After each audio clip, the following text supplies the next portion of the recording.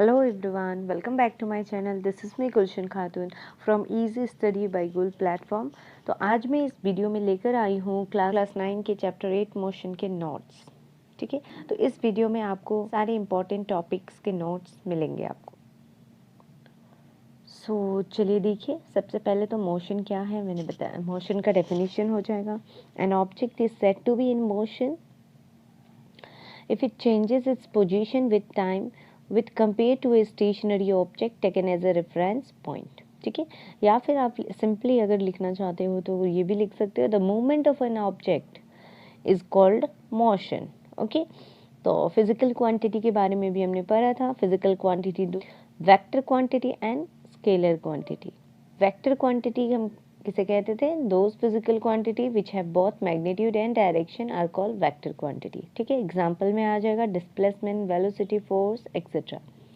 Scalar quantity the physical quantity having only magnitude और size is known as scalar quantity. Example distance, speed, time etcetera. Displacement क्या हो जाएगा? देखो, distance travel and displacement में क्या differences थी तो मैंने ये आपको आई थिंक वीडियो में भी जब ये चैप्टर को समझाया था उसमें भी मैंने यही फिगर लेके आपको समझाया, तो आपको दिक्कत नहीं आएगी. डिस्टेंस ट्रैवल में total path of the length का सम होता है. डिस्प्लेसमेंट में इनिशियल से लेके फाइनल पोजीशंस का डिस्टेंस होता है. ठीक है, तो वही मैंने एक एग्जांपल्स दे दिया है यहाँ पे. नाउ डिस्टेंस ट्रैवल को डिफाइन करना हो तो कैसे डिफाइन करेंगे? The actual length of the path covered by moving object is called distance travel. ऐसा यूनिट मीटर. एंड डिस्टेंस क्या है? स्केलर क्वांटिटी है.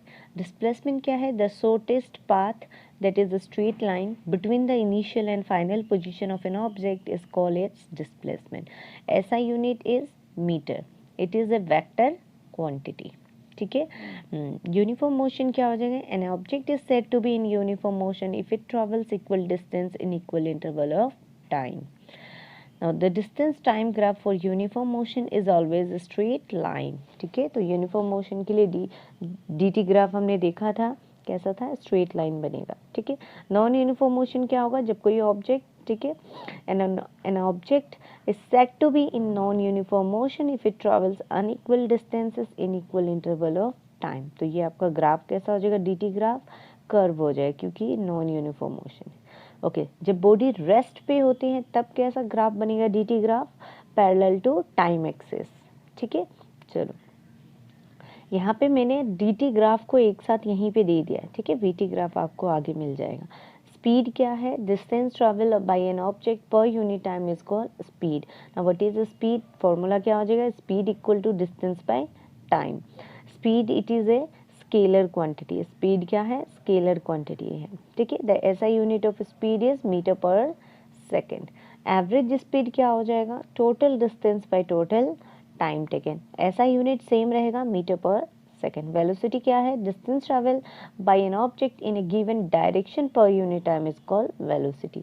सो velocity is equal to what? Displacement upon time. So velocity क्या हो जाएगी? Vector quantity, क्योंकि इसमें direction आ जाता है. ठीक है, ऐसा यूनिट क्या हो जाएगा? Metre per second. Right, and if the velocity of an object is changing at a uniform rate, then average velocity is given by the arithmetic mean of initial velocity and final velocity for a given period of time. तो ये मैंने बताया था ना कि जब normal average speed किसके लिए निकालना हो, चेंज हो रहा हो यूनिफॉर्म रेट में, ठीक है, उस केस में एवरेज वेलोसिटी हम कैसे निकालें? Arithmetic mean, that is initial velocity plus final velocity upon 2. क्यों 2 किया? बिकॉज अरिथमेटिक मीन कर रहे हैं और दो वेलोसिटी है इसलिए अपॉन 2 किया हमने. ये उसका फॉर्मूला आ जाएगा, that is u plus v. Initial के लिए u, फाइनल के लिए v upon 2. So the SI unit average velocity का भी आपका सेम हो जाएगा, metre per second. Okay, now acceleration क्या है? The rate of change in velocity of an object per unit time is called acceleration. Right, acceleration is equal to change in velocity upon time. Change in velocity मतलब final velocity minus initial velocity. Okay, जिसको हम v से denote करते हैं, an initial को u से, and upon time को t से. So A is equal to acceleration, V is equal to final velocity, U initial, T is time taken. Acceleration क्या हो जाएंगी? वेक्टर क्वांटिटी, क्योंकि इसमें क्या है? वेलोसिटी अपॉन टाइम हो रहा है. राइट, एक्सेलरेशन डायरेक्शन के साथ होगा. हाँ, तो ऐसा यूनिट क्या हो जाएगा? Metre per second square. Now types of acceleration हमने पढ़ा था. पॉजिटिव एक्सेलरेशन कब होता है? If the velocity of an object moving along a straight line increases with time then the acceleration is called positive acceleration.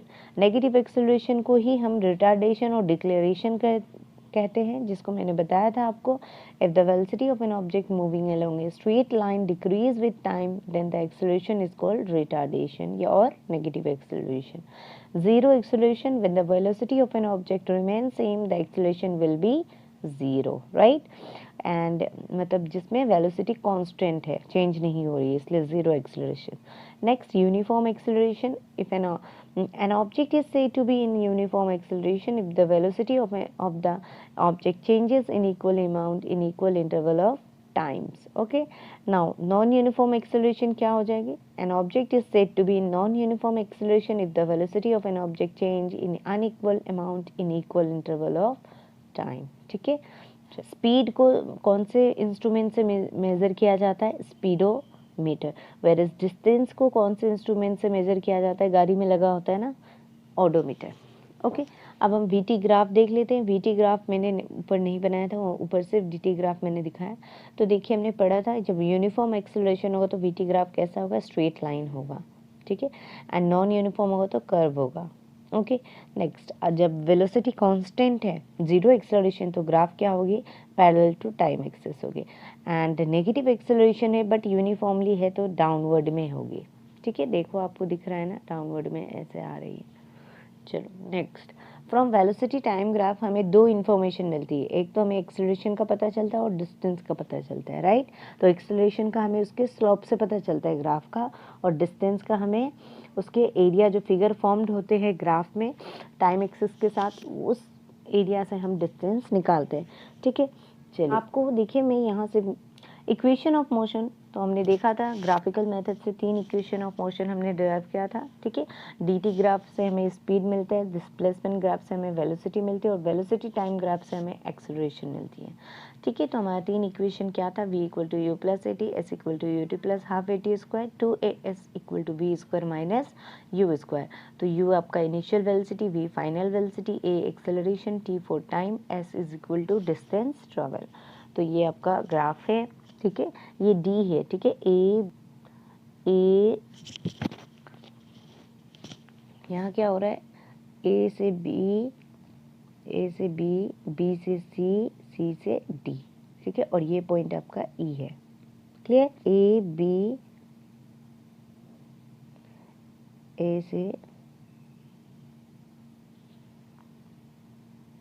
This is for time, and ये B D, B D आपका यहाँ पे देखो क्या है?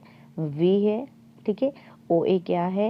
u है, initial velocity. ठीक है, ये सी डी है, सी डी. हाँ, और याद रखना ये ई है आपका. हाँ, और ये टाइम है, टाइम एक्स एक्सिस टाइम को रिप्रेजेंट कर रहा है. ओके, चलो, तो first equation of motion v equal to u plus a t, जिसे हम वेलोसिटी टाइम ग्राफ कहते हैं. ठीक है, तो वेलोसिटी टाइम ग्राफ से हमें क्या मिलता था? एक्सेलरेशन मिलता था. तो एक्सेलरेशन इक्वल टू क्या है? ग्राफ से कौन से पोर्शन एक्सेलरेशन देता है हमें? Slope of A B. तो आप उसको, मैंने इसको समझाया डेरिवेशन में, आपको मिल जाएगा ये. ठीक है, सेकेंड इक्वेशन ऑफ मोशन आपका आ जाएगा, that is derivation of second equation, v s equal to u t plus half a t square, जो हमें पोजिशन टाइम रिलेशन देता है. तो इसका डेरिवेशन मैंने समझा दिया था. ठीक है, आप वीडियोस में देख लीजिए, यहाँ से आप चाहे तो इसको नोट कर सकते हैं.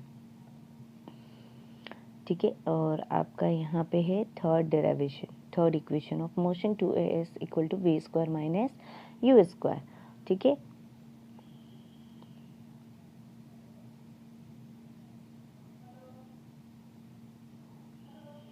देखिए जैसे कि मैंने आपको डेरिवेशन इक्वेशंस का ऑलरेडी वीडियो में समझाया है. इसी, तो आप एक काम कीजिएगा, अगर डेरिवेशन मैं यहाँ पे एक्सप्लेन नहीं कर रही हूँ, आपको अगर समझना है तो आप मेरी पिछले वाली वीडियो में देख लीजिए. ठीक है, पार्ट 2 में आपको इसके एक्सप्लेनेशन मिल जाएंगे. और यूनिफॉर्म सर्कुलर मोशन क्या है? If an object moves in a circular path with a constant speed, it is said to be in uniform circular motion. तो motion of a hand, of a clock, motion of a planet, of a sun, ये examples हो जाएंगे circular motion का. ठीक है, centripetal force क्या होता है? The force which is required to make an object to move in a circular motion is called centripetal force, तो direction of this force is always towards the centre. तो यहाँ पे इस चैप्टर का आपका नोट्स कंप्लीट होता है। ठीक है, थैंक यू।